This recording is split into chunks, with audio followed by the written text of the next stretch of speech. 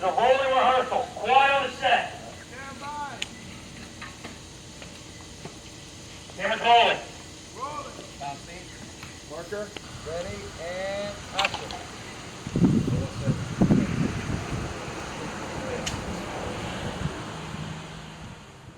Over 10 years ago, Wyatt and I and some other colleagues were working on a documentary about the 1943 Beaumont race riot.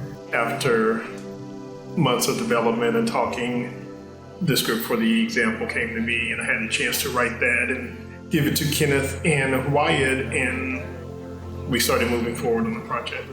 As the director, it's really important that I feel comfortable to basically execute the vision that Kenneth and Gordon and I have kind of laid out. I think it was important for me as a producer on the project to try to get the meaning that Gordon was trying to write. The 1943 Beaumont race riot is just a backdrop to a story that's more personal, it's more intimate. It deals with two families, two fathers, and how they deal with the riot and how it affects them, their legacy, and their manhood, how they take care of their families and such. So the story boils down to how you handle fear. The story also shows similarities that people have that they may not realize because they may have a different background or ethnic makeup. As a white male working with Gordon Williams, who is African American, and working with a half African American cast, half white cast, dealing with subject matter that is so racially charged, stuff like that. The first thing we want to do is have a complete atmosphere of openness and trust. To know that there were going to be places that Gordon was not aware of, there was places that I was not aware of, there was taboos and stuff like that. We couldn't have those taboos. We needed to have an open dialogue, and we needed to be able to be okay with that and be okay with our own ignorance. And I think that opened ourselves up to some great opportunities because there was some a lot of learning that happened on set, both in pre-production when we were writing the script, to production and rehearsals, to post-production. It's so easy with a film like this, whether you want to admit it or not, to become very, very preachy. This is what we think as filmmakers, and you need to think that too. And I think what our film does very well is kind of leave it ambiguous enough to where our main point is, what legacy are you going to leave? What example are you going to make? I don't think we have made the movie that anyone wants us to make.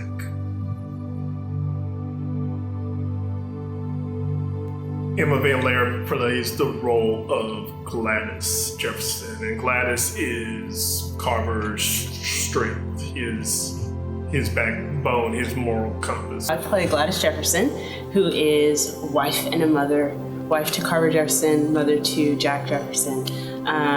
She takes pride in her role in helping Carver achieve his goals and, having his business and all that stuff like that. She really finds value in that and supporting him and supporting her family and that kind of thing.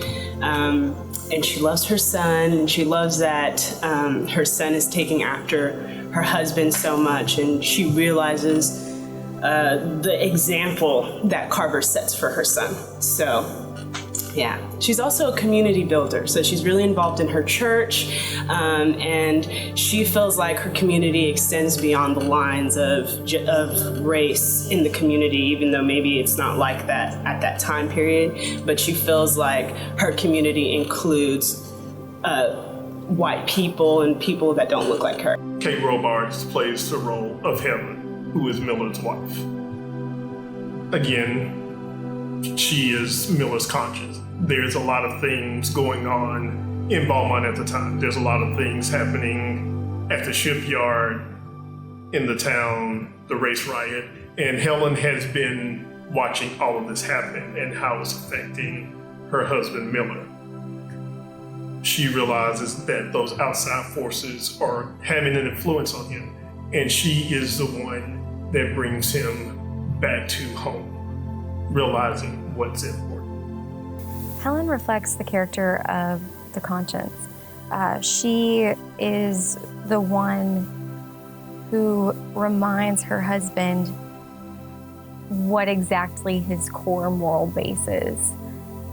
Kendrick Brown, who plays the role of Carver Jefferson, he is a black father there in 1943 who owns a business. He's a very hardworking individual. Carver Jefferson.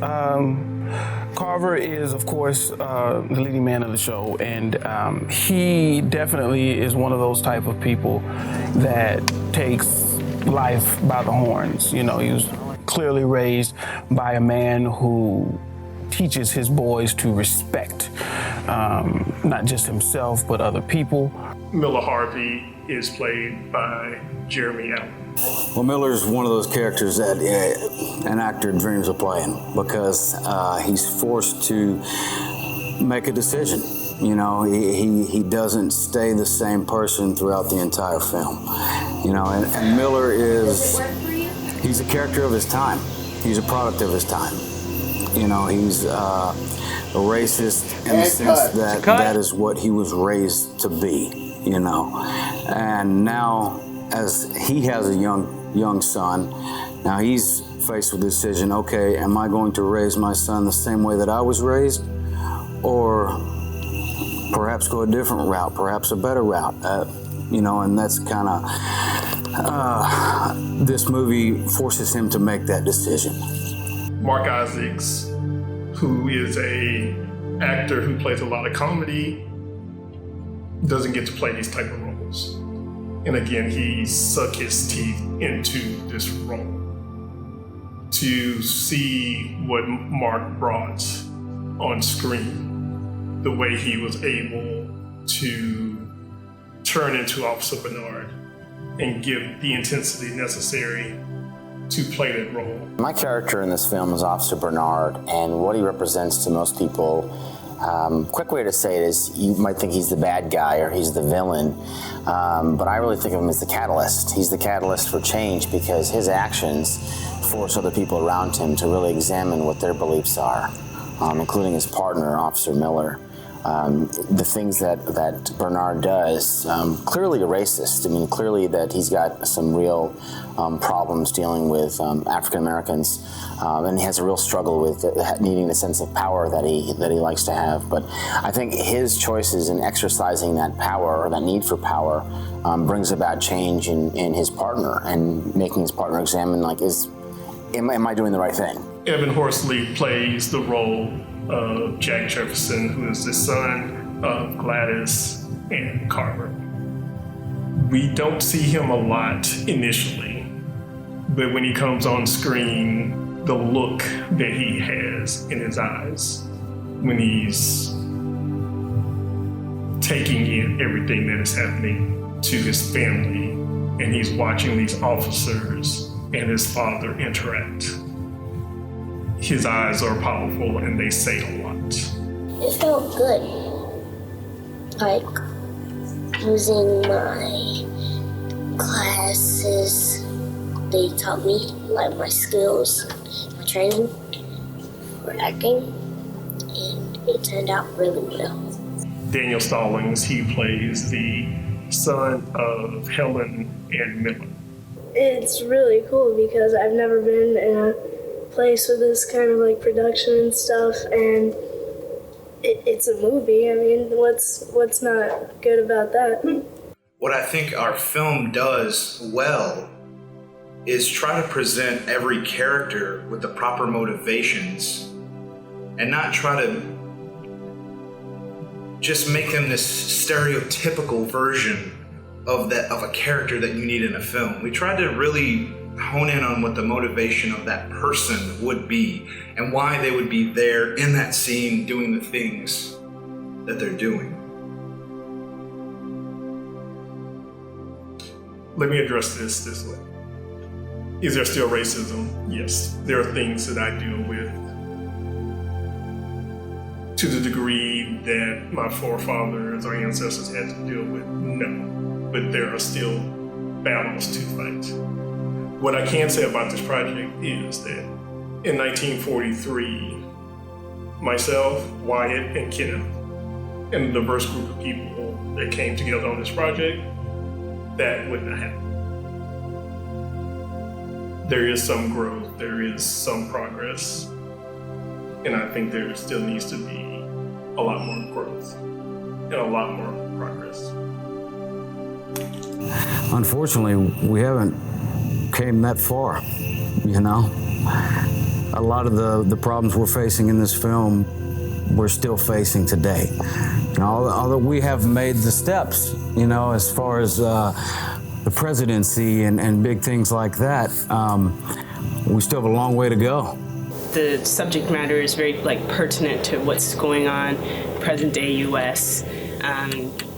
Very polarizing too. You know, people have really differing opinions about it. Apart from that, I think there's also the aspect of one generation setting an example for the next one. So it's, I think, in addition to showing the issues that we're dealing with, it's showing that, you know, it is possible for things to change. And it starts with one person making a specific decision that is very impactful. Well, the bigger picture of the example for me, in my perspective, is that it really forces us to ask questions about what we believe and how we relate to other people in the world. And, you know, the first time I read the script, it was very evident based on incidents we've seen with race relations in this country in the last couple of years. We've seen a number of things that have made the news, situations of violence, situations of people being murdered, or cases of manslaughter for that matter. And so when I read the script, my first thought was, you know, this is speaking to the time we're in right now, even though it's set in 1943. One of the things that you'll see in this, for example, that you'll see in this film, going back, and this is, you know, clearly these are the type of events that happened during this time period. But as an African-American male, when I see the police, I get tense. I've done nothing wrong. My music isn't blasting. I haven't threw anything out of my window, but just the sight of them it puts me on edge just a little bit. The story is really important for many reasons, but especially now as we see different cities across the nation break out in protest of the racial discrepancies that our culture is currently facing. And it's important for us to realize this is not a new problem, and we've been dealing with this for decades and generations. And what I love about this story is it essentially reminds us that at the end of the day, we're people. And if we can look beyond anything else other than the human connection and that we're all in this together, we can set an example for our neighbors. You can watch this film and ask yourself, if you're around people who have other beliefs and have a whole different belief system, how do you engage with them? You know, do you look at Officer Bernard and say, he's not someone I want in my life?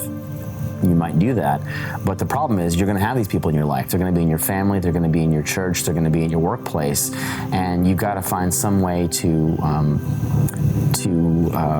connect with them, some way to understand them. I'm not necessarily saying that you can advocate those beliefs that they have, but trying to peacefully coexist with people who have really strong negative views or very different views than yours. We're not there. I believe we're somewhere on the right track, kind of, sort of, maybe not really.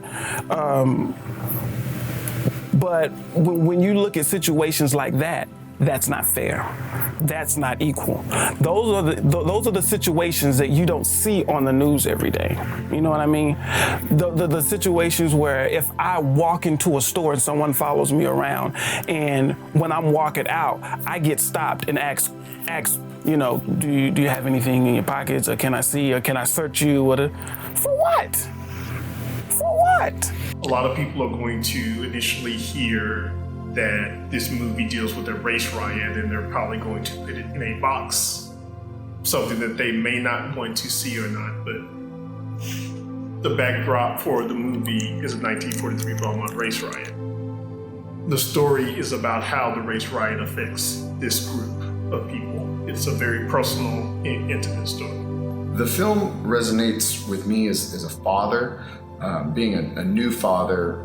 That was a critical theme that we started from the very beginning. I had talked to Gordon right when we were starting, or right when we were finishing an old project. We were trying to look for a new one.